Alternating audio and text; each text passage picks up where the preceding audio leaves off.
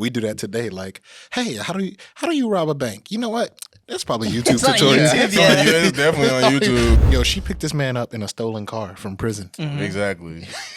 She's different. And Yeah. then gave The him a entire choice. She movie. was like, "What flavor would you like of bad bitches?" And he was like, "I mean, I don't know. I'm Michael Caine. Maybe I'll have them all." Yeah. And then she gets mad when he comes back. Like When she comes back later and they're there. bitches I brought you.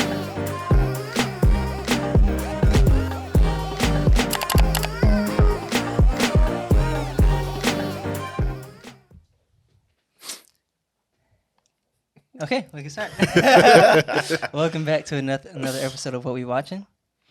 How you guys feeling today? Good? Good. Good. We're all returning from. From trips. We got to Facts. no rest and relaxation, but definitely a break from the everyday grind. That's the kind of trips I like. Facts. Yeah, our trips are. I mean, me and Gabe went on a trip together along with some other people. Brandon, who's here helping us out today, and yeah, our trips are more like are probably harder than work. Waking up at 4:30 and going to sleep at 12 and just being on 100 all day. Yeah, I'll be on it, boy. Like, damn. It's like, oh my God. He's a sicko, That was bro. going on the entire trip. Oh my God. Oh, probably drove Dale crazy. He probably Oh, yeah, killed Dale your Factual, ass. Brandon, factuals. yeah. But we did Utah. You guys are still going. No, I'm good. We were all over Utah, South Utah, Northern Utah, Salt Lake City, all that. When you were in Costa Rica, I Omar? was in Costa Rica. Yes, it was a great time. It was Omari versus Wild. Very much Bear Grylls vibes. Niggas was out with the animals in the jungle for real. You were Like, it was- Marshawn Lynch in that I was episode? yes, bro. It was absolutely wild. Like it's probably my most adventurous trip yet. So I feel like I'm preparing for a possible moment with you guys because it looks like y'all really be outside for real, for real. Yeah, you Definitely said. outside. I remember on one of the earlier episodes you said that, and I quote, "Niggas don't be living off the land like that." So I think when we go on our camping And trip, yeah. we gotta bring Omari. That'd probably be entertainment. Yeah, and we gotta Scared. record it Mm-hmm. to make it a part of the episode. Okay. What kind of kind of camping are we talking about here? What locations? We haven't Living off the land. Yeah, we just niggas living off the land. Oh Brandon's hunting. man, hunting. We like to Nah. call it doing hood rat things in the wilderness. What? Like bow and arrows and shit? No, Who knows? We'll figure it out. It's Bare hands. Bare hands Bare grabbing hands. salmon out the fucking competing with the bears and shit. That's hilarious. But yeah, we'll get into today's movie and topic. They kind of are intertwined. It was shout out to Tatiana. She gave us the idea of comparing an old movie and then a remake or another like them. I guess a remake. Them remaking it, and we are going with The Italian Job for Great both of those. choice. The Italian Job in 1969, and then the other one was what 2003, something like that. 03, yeah. 03? 03. Yeah. So we want to do the original first. Yeah, let's start with the original. This is my first time seeing the original. I have seen the other Italian Job probably like 4 or 5 times now. I like that movie a lot. But yeah, so the original Italian Job stars Michael Caine and some Michael other actors Caine. that I'm not too sure of Hello, my they're a name little is bit older. Michael Caine. And his character just recently gets out of jail for what I assume to be theft again. So both of these movies are heist movies, Right. just to set the stage.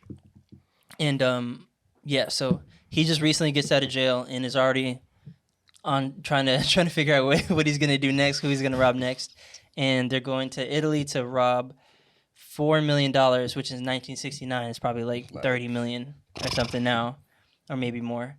And yeah, and they have to contend with, I forgot who they were robbing exactly, where they were robbing it from, but they have to contend with the mafia, the Italian police, and I guess government or whoever that's trying to stop them. And so he puts together a team, and it gets the support of this other like, I guess head honcho type like thief mastermind or whatever, who is also in jail but is living like he's in a 5-star hotel, like he's at the Ritz. Like, And he ass, he has everything he wants, and he's approving people to do other jobs, and the guards and stuff know it. It's kind of, and the vibes I get from this movie is kind of like England versus Italy, which is, I know, a rivalry in soccer also. But so it was very much a lot of that. And this movie is a little quirkier and kind of like is like on the funnier end, and just like almost Three Stooges kind of vibes. And yeah, I think that gives a good gist without giving it all away. But what were your initial thoughts? What did you guys think? Initially, I saw the 1969 on it, so I knew what to expect cinematography wise. Yeah. I mean, they did a good job, but it's just technology is so much more advanced now than it is then, and to see that they like still were able to capture some of these areas that would be super difficult to light, like especially stuff like inside the vehicles and things like that. Like today, that's like. Oh, the biggest difference I noticed was sound. Oh, 100%. I was like, okay. For sure. Yeah, 100%. Sound is like one of the not to be too much of a history buff with film, but when they first started making movies, they were all like just with music in the background. They didn't have any sound. And then when they first started with sound, it was like the scratch audio from cameras. Right. And then so it wasn't until later that they started putting effort into the sound, etc., which now like the sound is just as important as the visuals in the movies, maybe even more so. Yeah, definitely. So yeah, I saw the time period, so I knew what to expect, like cinematography wise. But like, yeah, stunt. Like I was interested to see, like, it's a heist, so I was like, all right, there's probably gonna be some level of stunts, some level of etc. And that stuff was hilarious to me, and we'll get into it later. But yeah, that was my initial thoughts. Yeah. And so, sorry to jump in on something I noticed when you were talking, but I guess like the time period of movies back then, like they weren't, not that they weren't, but I guess they didn't really push the boundaries on certain things. So like there was no real violence, or if it was violence, it was like off screen kind of, or most of it was just done in a funny way or like in a comedic kind of way. Because I mean, I don't know if this is true, but it just seemed like, all right, they weren't really pushing the boundaries or really showing gore or other stuff like that back then. Yeah, I think the first thing that stuck out to me was like the practical effects. So like when that first car rolling down the hill, I was like, damn, that's like an actual car. You know, like with shit like that now, it's like you'll just do a quick little effect, like you know what I mean? Like it's so much easier now to, create explosions and, cut in certain ways to create that effect on screen. But I was definitely like, oh wow, like they actually threw a fucking car down the hill. A few of them. Yeah, they did a couple takes. It was actually crazy because I think I streamed that one off of Amazon Prime, and they had little like bulletins and notes on the side of the screen, like showing like different like facts about the film. Oh, really? And they were talking about that specifically, and I like the other car scenes with like actual practical cars, and they were just talking about how, like you were saying, like they like were taking multiple takes with actual vehicles like rolling down the hill, exploding, like, and just like all the different other actions that they were doing in the different scenes throughout the film. So that was definitely the first thing that I was just pointing out, like to myself. I was like, damn, like that definitely. I'm sure that was like a nice little tax for the director and the production team there. But I mean, overall it was like we were saying before shooting, it's definitely a slower vibe at the beginning, and you definitely British humor for me it kind of took, British culture in general for me just kind of like took a minute. It's like free to catch on or just like trying to understand. Like from dialogue to word usage and just like overall like British humor, it can take a little while. It's an acquired taste. But I enjoy young Michael Caine. Like he I think he did pretty well kind of carrying the film. He was a believable, like bachelor, bad boy, leader. So I enjoyed him, and the rest of the cast was pretty cool. I liked the team that he assembled. And it definitely picks up towards the end, which I thoroughly enjoyed in both films, which I'm sure we'll go into later, just the similarities and the mirroring that they do quite well in between both films. So yeah, it was solid. Like some of the music usage was kind of wonky, but again, it's like it's the time period. Like this was like the vibe, kind of like, and the tone was definitely of its era. So I when I turned it on, like you were saying, Gabe, like you know what to expect when you put on a '60s movie, a '70s movie, '80s, or whatever the case. Like you kind of have to put on a different lens when you're viewing it. So yeah, I mean, a lot of the different beats were classic heist beats, like from some of the music to the percussion that's used in certain scenes to kind of like get scenes going. So it was cool. It's obviously a classic, and it shows the reasons why as you watch along. So this was a good one. This is definitely one of those that you have to watch as a film fan. Yeah, one of the things I appreciated, especially with it being in the '60s, is as you know, this was probably like my favorite thing about his character. It's the first thing he did when he left prison. He went directly to a tailor. Oh yeah. Oh, word, yeah. You just about to say, let me get got him some all pussy. of this. Yeah, because that also happened, and his girlfriend set it up. I was like, I know, and then she got mad. I'm like, all right, wait a minute. Like, what you mad for? Like, Yo, she picked this man up in a stolen car from prison. Mm-hmm. Exactly. She's different. And then gave him a choice. She was like, what flavor would you like of bad bitches? And he was like, I mean, I don't know. I'm Michael Caine. Maybe I'll have them all. Yeah. And then she gets mad when he comes back. Like, when she comes back later and they're there. The bitches I brought you. I was like, you're a little zapped, ma'am. But I mean, again, like that. I mean, there were fun wonky moments like that where I was like, oh my god, this is so like '60s. Like, it was, I like that. And as the movie like goes along, you see more of those '60isms, just some of the abrupt cuts, from scene to scene. Again, the dialogue and some of the interactions, the way that certain scenes are framed, a lot of long still shots and establishing shots. Of different locations. And so, yeah, I mean, moving through the plot, I thought it was, pretty interesting, pretty cool and you could see like for its time, it was like, it's interesting. I like Michael Caine's line where he was just like $40 million through a traffic jam. I was like, okay, yeah, that's pretty clever. Like, that's probably when like traffic was first becoming a problem. Exactly, when people probably just started having cars. People have cars. And it was like, traffic jam, traffic's the worst thing ever. By the way, I mean, I guess just to zip to that part, it was probably the most like, can we get out of the traffic, please? Yeah. Like the noise of the traffic and just like the imagery of the traffic was like so like a little annoying. I was like, please, can we stop this noise of the traffic? Like I am like so ready for them to be out of these traffic scenes.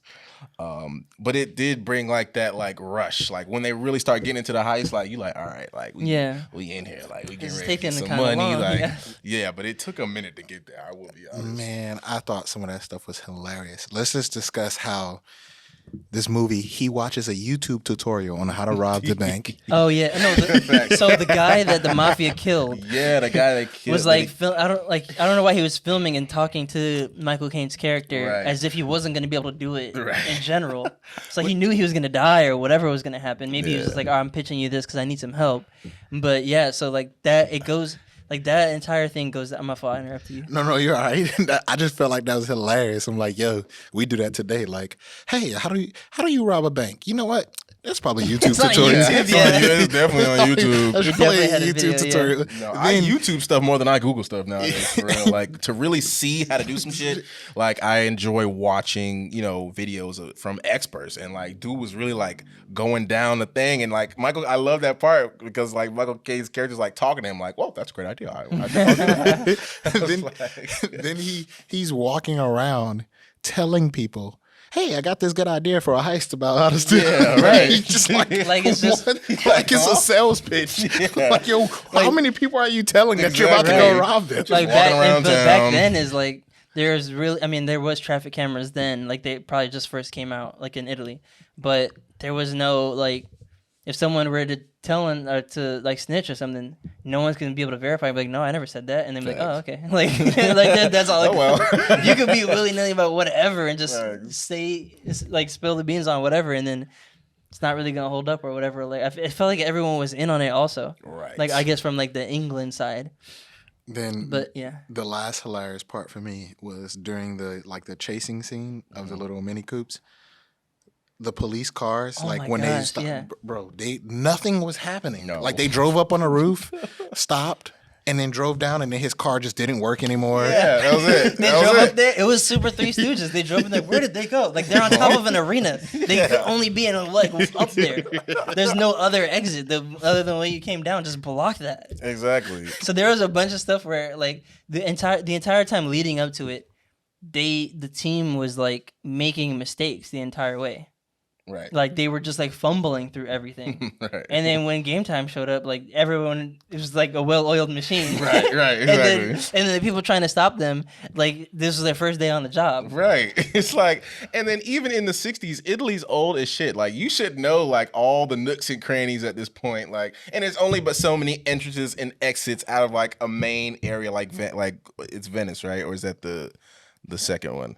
Which part of Italy are they in? I forget. It wasn't. I don't think it was Venice. I don't think this one was Venice, but yeah, I'm like, bro, like y'all should know like where they going and how they. Yeah, get and it. like during the traffic jam, like one of the cars is driving through like the courtyards of people's houses while like people are just stuck in traffic, and then he's just like, I'm like, why isn't everyone doing this? Why is everyone just like, well, I guess I'm in traffic. They don't. Their cars are too big.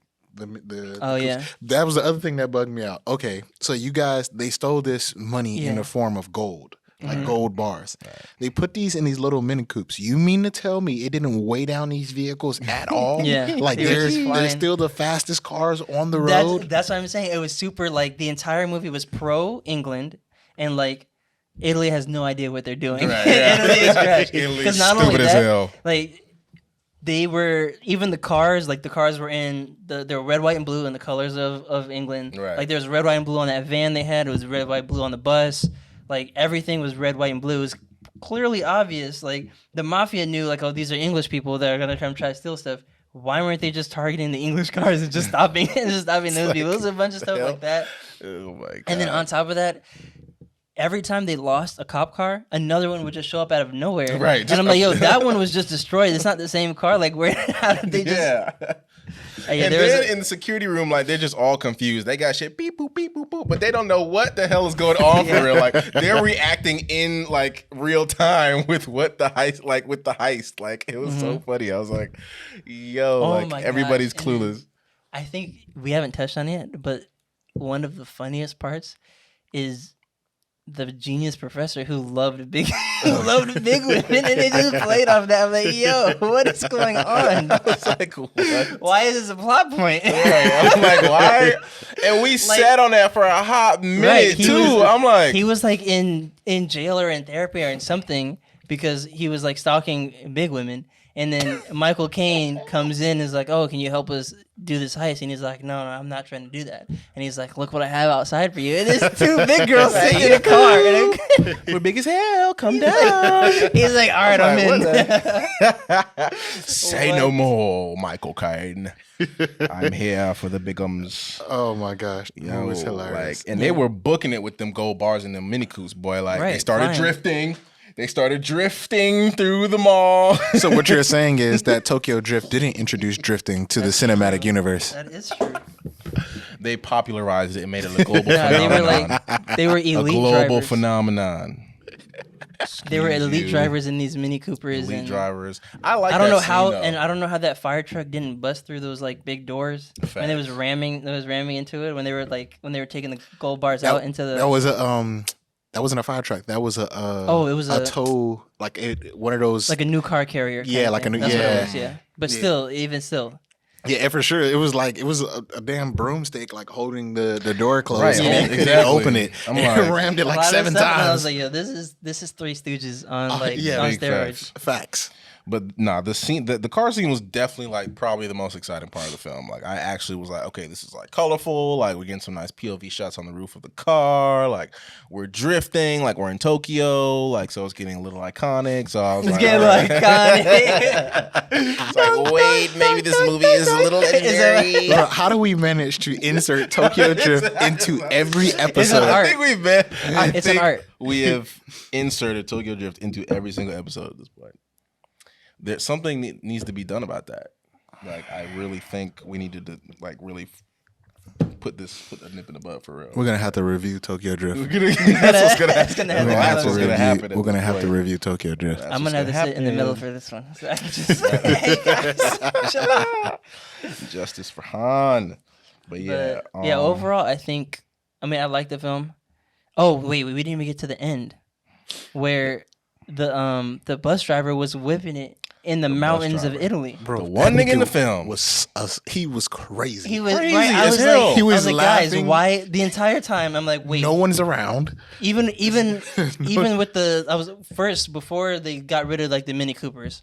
I was like, for what reason? Actually, no, the Mini Coopers, yeah, get rid of those because they saw you in that. Why get rid of the it looked like a Volkswagen van. Mm-hmm. No one knows that you guys were in it. You guys have been Right. driving all over the place in that. Why get rid of that? You could have had two options or whatever. And then two, you all pile into a van and he is with like they're nowhere near you. Right. Like 15 cop cars have blown up behind you, or gotten their stuck in a entire river. plan's been foiled behind No you. one else is on the road, period, right Right. now. Exactly. Just you. The highway whipping empty it. as hell. And and not only is he's whipping it with the evil laugh. Yeah, one arm, one hand. Just like, know. yo, this can't end well. I well, know yeah, this can't exactly. end well. And then now they're stuck on the ledge right now since 1969. They've been stuck on the It was a ledge. cliffhanger. Like this is the An original actual cliffhanger. Yeah, actually. So what ends up happening is that he's legit whipping this van, like probably like a tour bus size, like back in the day, tour bus size van, and to the point where like on cliffs where there's no railing, no nothing, and they just get stuck and they're teetering on the edge. And then the gold is on one end of it, and then the rest of them are on one side of the van, and that's what's balancing them from falling off. And when they first went, I was like, why don't you guys pull the gold with you as you guys go? Because once you can't, you're not gonna be able to go back. But it was just that's the entire movie was that. So Yeah, and There's that's no what way. I'm saying. So this goal was heavy enough to balance an entire bus with 7-8 people, but it didn't weigh down these Mini Coopers. they should have never got rid of the Mini Coopers. Those are supercars. Yeah. Especially in the damn 60s, they were gone. I mean, already they were outrunning the entire police force. I mean, they should have just stuck with that. I mean, damn. But, Or just had another set of Mini Coopers that they right. exchanged. Different colors. Yeah.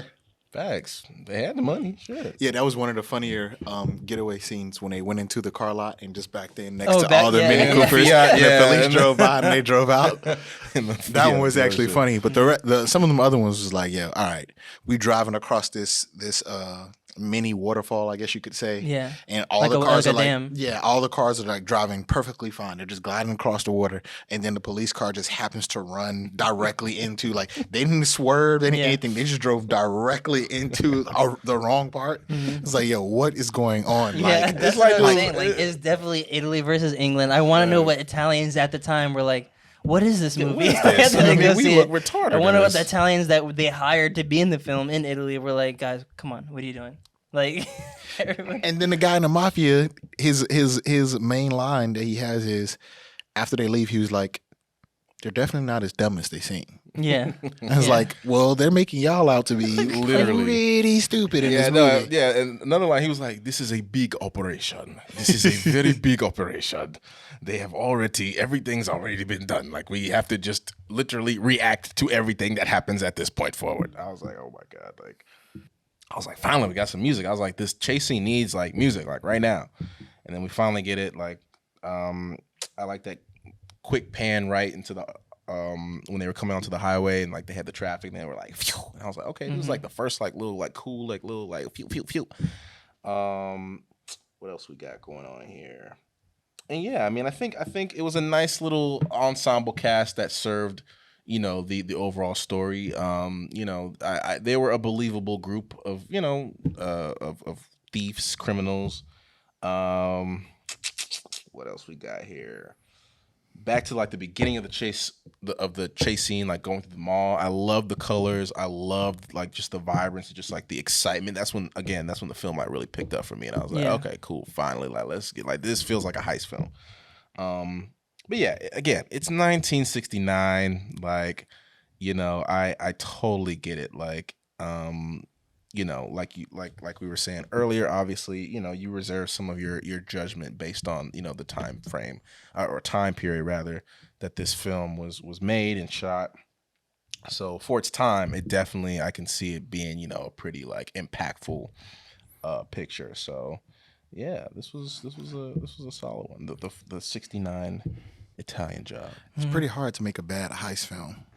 It is, especially if you get the right, characters. It's cool. I know we'll talk about it with the 03 version. It's cool when you're able to get each, what's the word? Like, element? Not stereotype, but like, yeah, I guess stereotypical, like, member of the group. Mm-hmm. You know what I mean? You have, the leader. You have, the tech guy maybe. Then you have, the driver or drivers. And, you have the guy who has, knows the map and like has like everything plotted out. Like we're gonna go to this shit, and then we gotta do. So yeah, I think they did a good job with that. Now some of these actors, I had no clue who some of these actors were, but some of them were incredibly tenured, at least in the British, film and theater realm. So some of them had, in later parts of their career were in like films like Harry Potter and. A lot of, contributions to British cinema. So, yeah, I mean, these are some really talented actors, and that definitely showed as well throughout the film. So, yeah. I feel like it was just like a different world back then. Yeah, like, just especially comparing like one that was so old to the new Italian Job that we'll get into in a little bit. Just seeing like the differences and like the homages the second one paid. But yeah, it was kind of cool and just refreshing to be like, all right, they didn't mirror each other exactly, but it was like, okay, this was what this was back then, if that makes any sense. Right, exactly. Yeah. So, yeah, pretty cool. So we're going to move on to... Now, I guess do we want to get into rating it, or do we want to rate them at the end, or... I mean... we can rate it. We can rate it. We can rate it. Yeah, we can rate these. Kind of compare them both. So I gave this one, I'd probably say 7. Yeah, I would go 7.5. Yeah. Yeah, I'll go 7.5 too. Yeah, it was good, but probably because if I watched it back then, I'd probably like, yo, this is the movie of the century. Y'all niggas gotta see the Italian Job. Y'all sweet. Three Stooges meets whatever it was back then or whatever. And especially if I lived in England, I'm like, yo, this is it. Like, this shit is it, man. We're beating Italy in the Euro Cup. But yeah, I'll go 7. But yeah, to get into the second Italian Job, the one in 2003, I didn't even know the other one was an ensemble cast. I guess it probably was an ensemble cast at the time, but this one had Mark Wahlberg, Jason Statham, Charlize, Mos Def, Charlize Theron, Charlize Donald was Sutherland, who I rocked with from the Hunger Games, who played President Snow. Yeah, super tough. What's the guy's name? I always forget his name from Ed Norton, the Hulk. Hulk. Ed Norton, yeah. Fucking. Well, he was also in what's that other movie? What with Brad and whatchamacallit? Oh yeah, Fight Club. Fight Club. Yeah.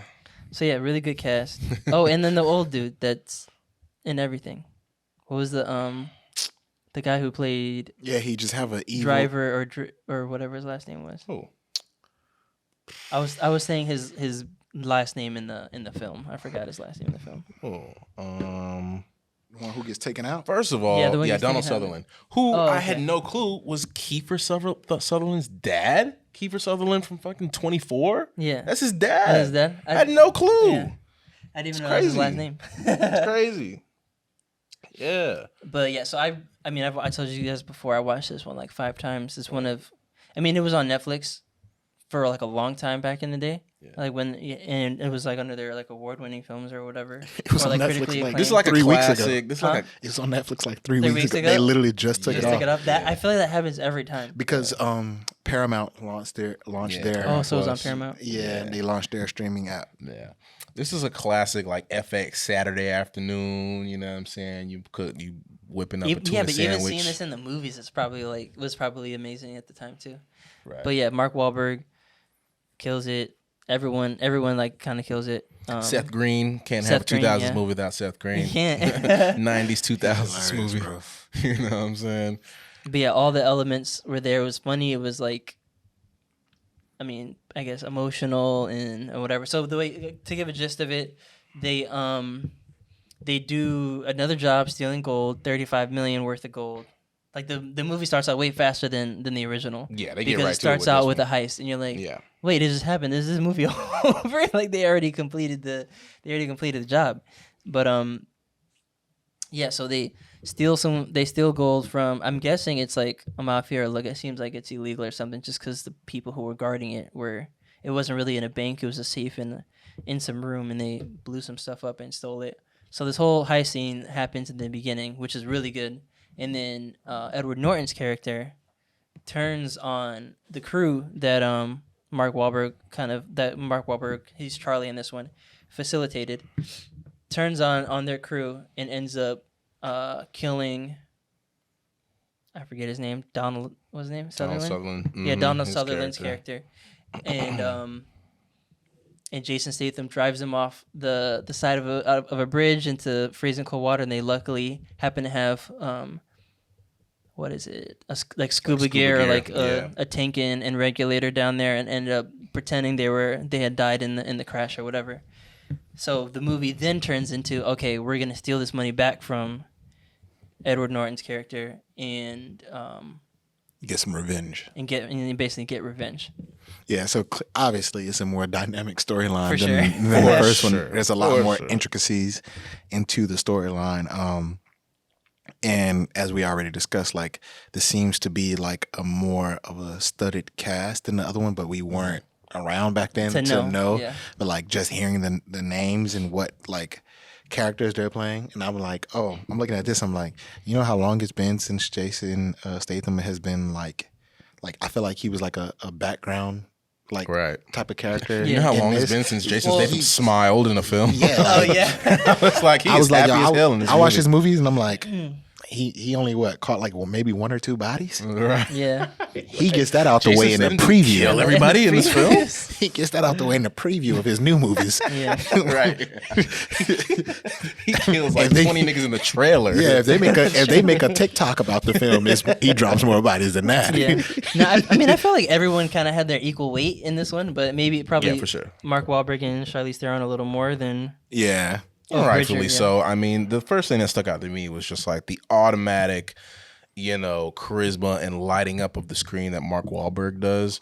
I totally I didn't forget, but you're reminded of how well he has developed over the years in film, and just like kind of like straight out the gate. I forget when he actually started with film, but this is pretty early in his career, I'd say. It's definitely before The Departed. And he does very well. He's very comfortable on screen. Because I know when he was getting started, a lot of people were like, "Oh, this guy, the Vanilla Ice knockoff. Like, what's he gonna do in the movie?" Like, I always enjoy watching Mark Wahlberg on film. Like, he was really, really just like super chill, and he helped set the tone for sure with this picture. And everyone else kind of followed suit and brought their own edge, but at the same time, kind of matched his energy. So yeah, that's kind of like one of the first things that stuck out to me. I love those warm scenes in the beginning with Donald Sutherland's character, Bridger. Yeah, they really set you up. Yeah, they set it up for real. Like, you're just like, okay, we like this, this bond. This dynamic, yeah. Exactly, the dynamic, the father-son dynamic.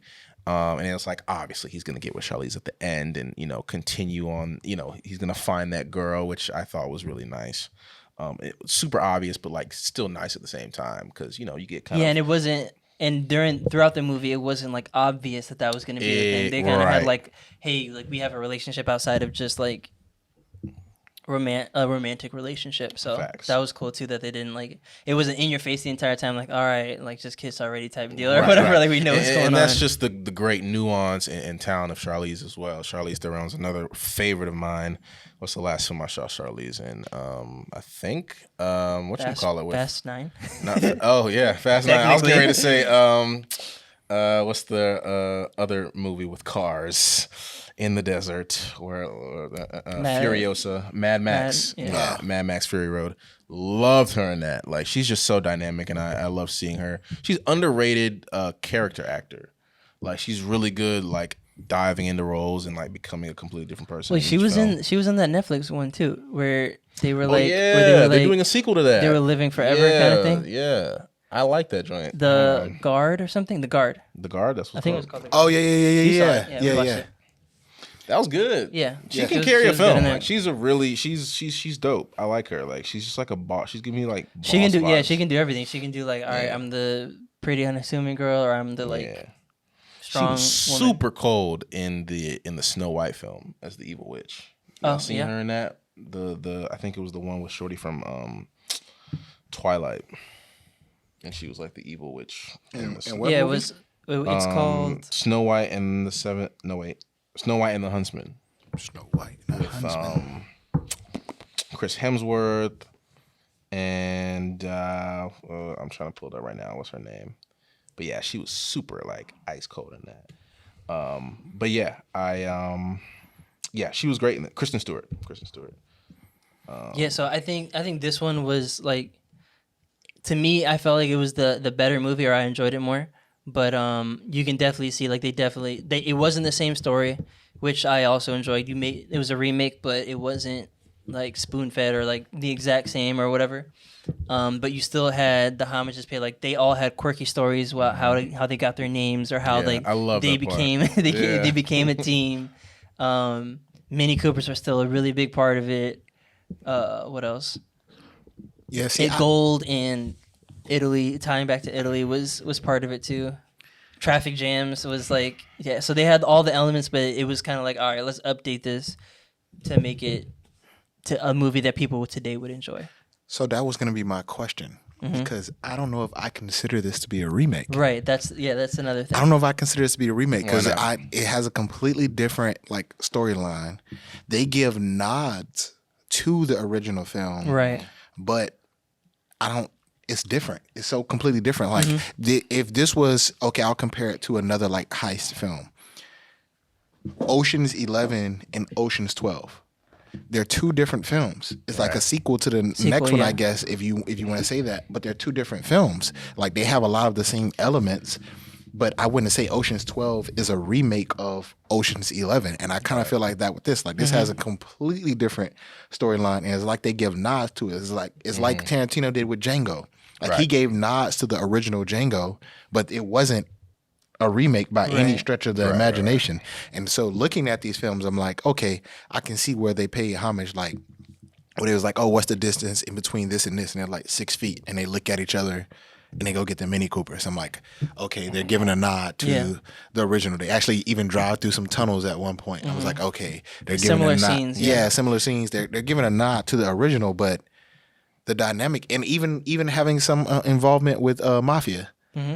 They're giving a nod to it or whatever and paying homage, but I don't know if I would consider this a remake, especially in today's climate where like when you see remakes they're like they legit like remake Beauty and the Beast or whatever. It's like they Lion King, like they remake it and it's the exact same storyline, but they're trying to like modernize it or update it. Like these are two completely different films. I mean, go ahead. Yeah, this is like basically, so this is 2003, so this is the turn of the century. And this is basically Hollywood just kind of like, they're just starting to figure out like, okay, if we take an old property that mad people know and connect it to like a basic ass storyline, this is going to put butts in seats. Like, we know this is just, they could have really named this like, whatever, Heist in Venice or something. You know what I'm saying? Like, it could have just been a basic, like, just like, or whatever. Or just made it a sequel and just had like Or just a whole new thing. I mean, they had Michael Caine, and Michael like Caine. they could have like made it make Michael Caine Donald Sutherland's character, and like, hey, like I'm passing the torch kind of deal. They could have done that, but yeah. Yeah, I think this was kind of like Hollywood trying to figure out like how can we bank on like old shit, like how can we like still like bring the nostalgic factor, but also trying to incorporate a new flavor into the mythos, or the connection with the old material. So yeah, I definitely saw that too, where it was like, all right, well, yeah, this is kind of like loosely based. I wouldn't necessarily say it was a remake either, but at the same time, it's like this is 40 years later, so a lot of shit's gonna be different. You know what I'm saying? Like the boat chase, like at the beginning, it's like you didn't really have high speed boats like that in the 60s. You know what I'm saying? So it's like there's different aspects that are gonna be a little bit different. I mean, again, like in the 60s, you could get away with a whole bunch of shit, and even in 03, you could not get away. I mean, this is post 9/11, so you're not getting away with nothing in 2003. And so you have to be a little more intricate about how you would go about a heist. So there are definitely some differences that definitely kind of pull you away from that original film. And so yeah, it's in some murky water when you're trying to figure out what kind of adaptation this is. Yeah, I think we all felt the same. Where it's like, all right, like because I watched the other. I mean, obviously I had seen it before, but I still watched the newer one before I watched the older one. I was like, oh, this isn't like a 1-for-1 remake, but understanding that, like you said, there was a 40-year difference in between. It's like, okay, they kind of couldn't just repeat it and do it that way, because it wouldn't have made sense. People were like, no, there's no way they would have gotten away with this in today's like, if they would have, like they all they did was change like a video or something, or like a videotape in the original, and that's what shut down the entire like DMV or whatever. So they weren't gonna be able to do that. And I think but some of the remakes today are like they're happening 10 years later and like 20 years later. So they're super recent. So it's like, okay, we can still kind of mirror it 1-for-1. And a lot of the remakes are fantasy anyway, or like made up stories. So it's not, there's nothing really real tying it to Lion King. Like Lion King it was a cartoon, it was made up, and they just made it the real version or something. So I kind of give them a pass, or I'm like, okay, like, and I kind of like that it wasn't exactly the same. No. Yeah. I agree, because normally I don't like remakes. Yeah. Like I said it all the time. I'm like, yo, there's so many untold stories. Like, why are we redoing something that's already been told? So normally I don't like remakes, and I'm like, oh, I like this movie. I like both of them in their own right as their individual movies, but I'm like, oh, I don't know if I consider this a remake, even from the standpoint of like, because I think he pitched when he was going around in the original one, when he was going around pitching this heist, he was saying that it was going to help stimulate the economy. He was saying they were going to go steal the money and bring it back, and it was going to help stimulate the economy. Redistribute the wealth a little bit. The second heist movie is like, nigga, we just want to be rich. Yeah. Trying to get some bag, you know what I'm saying? Like, Most Def was like, I need a shoe collection, nigga. I need a shorty to clean my shits. I need, It was, so I'm like, I like 100%.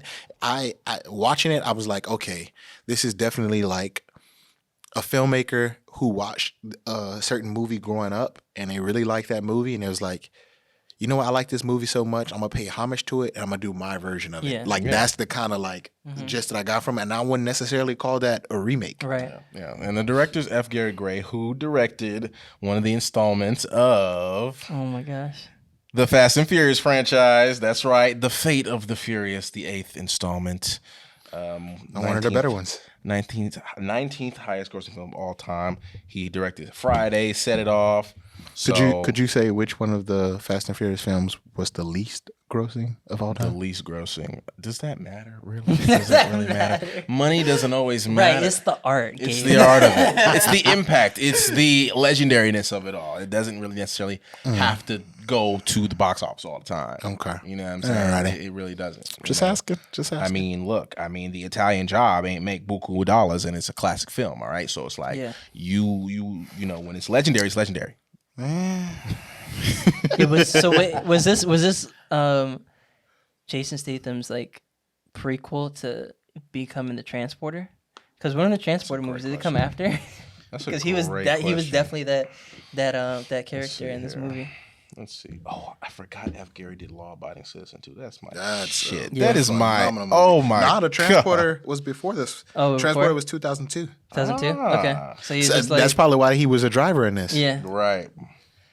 handsome Rob. Like all like you That's said so already, hilarious. but they were like how they introduced every character and how they got their names or whatever were all funny. I'm not continuing this episode of the podcast unless you guys call me from now on, refer to me as the Napster. The Napster.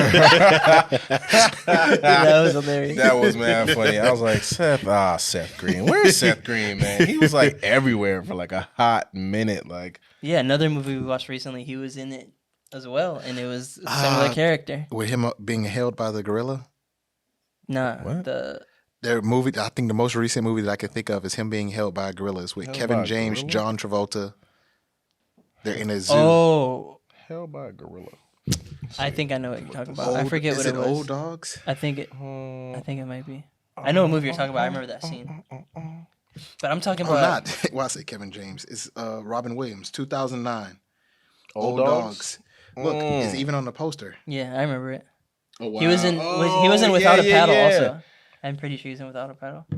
I could be lying. Okay. But no, he's in another movie we're gonna review soon. Enemy of the State, and he was a similar character. Oh, yeah. Yeah. Just a classic 90s, 2000s, supporting cast. You had to actor, have him in like, there. Have to have I didn't him. realize how short he was. Did you guys see that when Yeah, he's in mad the short. Italian Job? Yeah, he's When mad short. he was sitting by the baggage claim, I guess, of the train station, and then he stood up, and everyone was a foot taller than him. I was like, Man, what? Tony. I did not know. Man, Tony. No wonder he fits in the back of a van of every Exactly. movie. Exactly. Yeah. But yeah, you have any more notes Let's see. on Let's go through my notes, man. the? But yeah, I mean, I Italian Job loved 2? again. I mean, and this the same way that the '69 one brought some of those classic, heist tropes. This one, kind of upped it for its time with. It kind of my made new ones. favorite- It kind of yeah, made new like.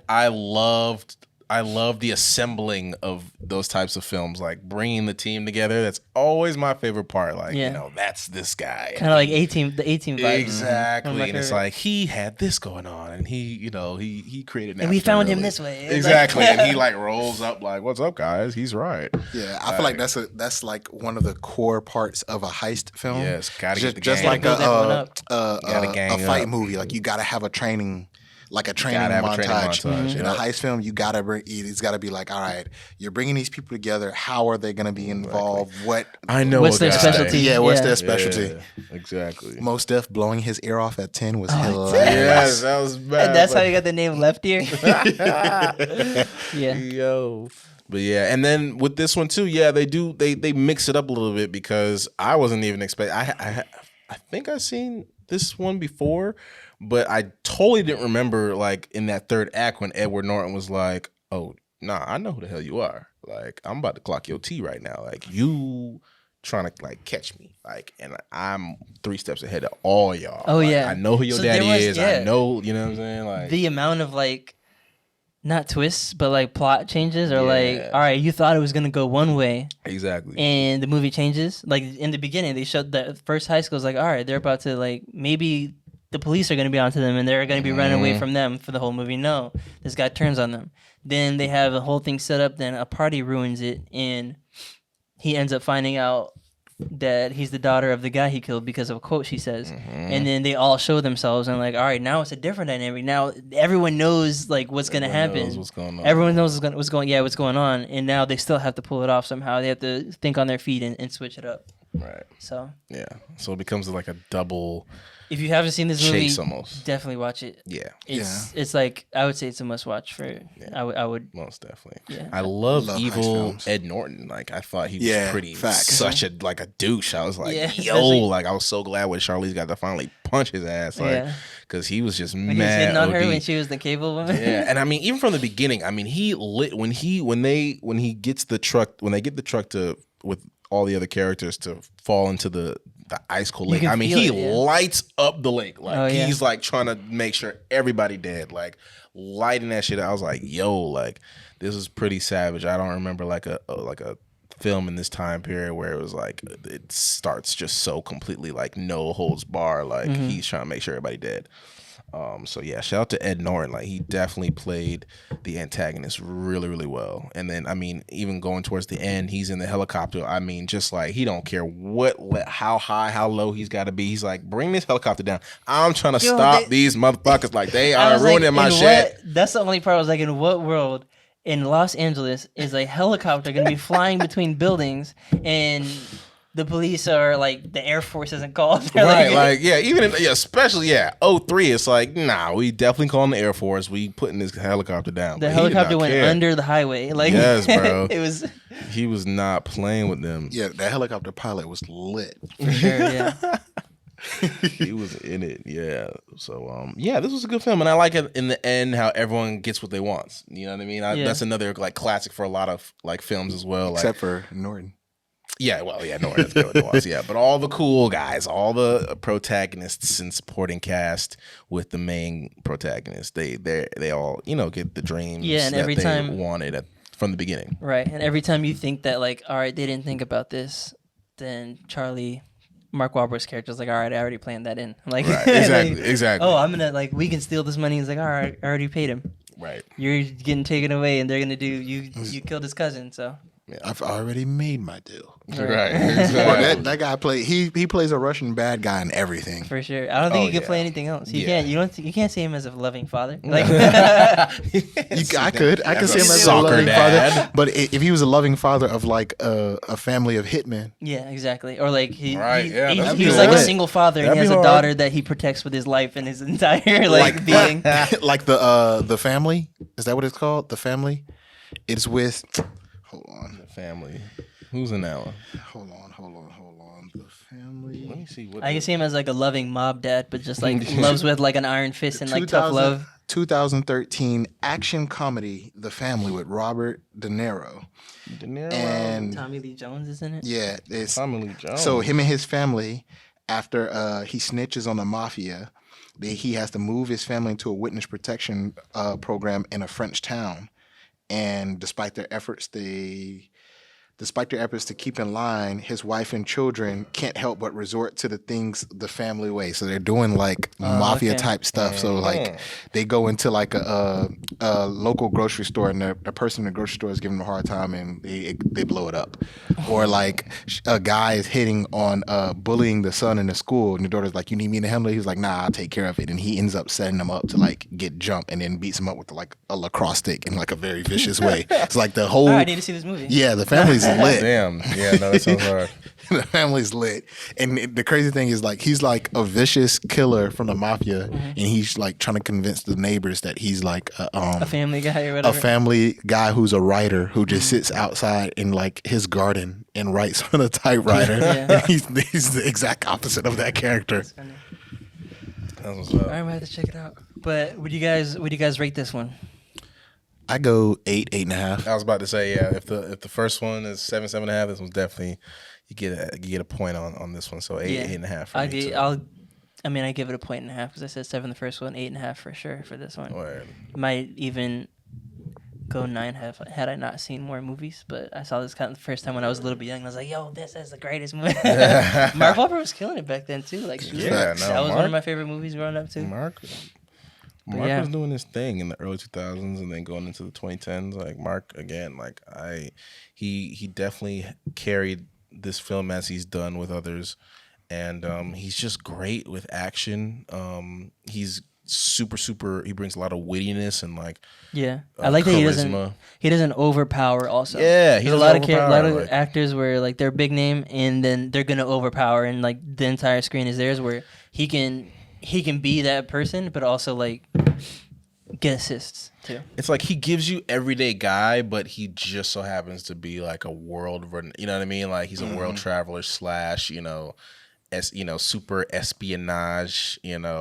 Like just aficionado, and like he's well connected. He's well read, but he's unassuming at the same time. Yeah. So I really like that about him. He brings a lot of nuance to his roles. Yep.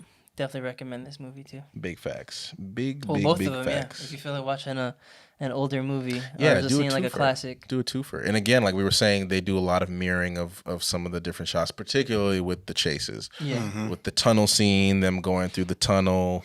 Even while this one was in Venice and the other one was not, you definitely still saw there was the POV shot on top of the boat, like as they were like in the chase, and so again, yeah, a lot of mirroring that does the callback that if you saw that original film, you'll catch and enjoy. Yeah, so. they did so many like things differently, or like that you wouldn't expect in a way.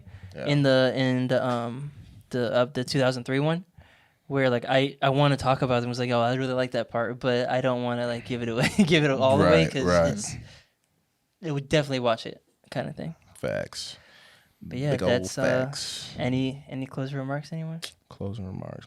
Oh, my closing remark is I don't want to hear anything about me wearing long sleeve when we go hiking on these mountains, because it was about 50 men in black suits on a mountain in the first one. Right. In the first one. What was that? Just standing there that in shit was black mad top wonky. With, like, Tommy Then when he was in the Yeah. prison, remember when the main villain guy was in the prison and everyone was like clapping in the prison, like a choir or some shit. But they didn't know any better back then. People were hiking in full suits, Gabe. They didn't know any better back then. Or maybe they just were more concerned about being fly. Possibly. You ever think about that? I mean, you can still be fly with some kind of hiking gear and like athletic wear. You have your suits, your sweatsuits. I don't hike in sweatsuits. I'm in hiking gear. It's just long sleeve. Okay, all right, I get your point. That's funny. Yeah, that's my closing remark. Yeah. Both honestly, classics in their own right. I mean, they both bring aspects. They contribute different aspects of the heist film blueprint that we see in tons of action thriller pictures today. Both casts were pretty well rounded. You get a little bit of everything from each supporter in the film, and everyone kind of plays their part, and they come together very well. And they're carried by both films are carried by two really, really good actors. I mean, we all know Michael Caine. He's the classic. I mean, a huge favorite of Chris Nolan, and he's obviously the great Alfred in the Dark Knight trilogy. And so it was cool seeing a young Michael Caine. Hi, I'm Michael Caine. So he definitely killed that, and then Wahlberg did a great job in the remake. And so definitely check these out. These are two really cool films, and it's always good to kind of go back. It's difficult, especially for our generation to kind of go back. After like the 80s, like it can get difficult trying to watch film for a lot of people. It can come off very dated. It can come off a little out of touch at times, but it is important to kind of like you were saying, Gravy, just like getting that perspective of what things were like, what was the viewpoint of filmmakers, of creators during these time periods, and how they brought their perspectives to life in film at the time. So it's definitely a cool little peek into history. Yeah. Oh yeah. And closing remarks on the original one. Thank God, sound got better. Because it wasn't terrible, but like you can tell. Yeah. Like some of the car scenes where they're driving, like okay, they're actually driving. And you can hear it echoing. And then if you do a comparison, I mean, it's not a heist movie, but if you go from the sound, even from the newer Italian Job to Ford versus Ferrari. Oh yeah. Sweet baby Jesus. Like, well, I mean, one of them is like souped up Mini Coopers. The other one is like, right. But I'm just saying, like, the sound design is still like, it's still improving over time. Yeah, for sure. Yeah, definitely. Awesome, all right, with that, we can close it out. Was it finger? Was the guns? Pew, pew, pew, pew, motherfuckers, bam. Michael Caine. I'll do Gabe's favorite. No.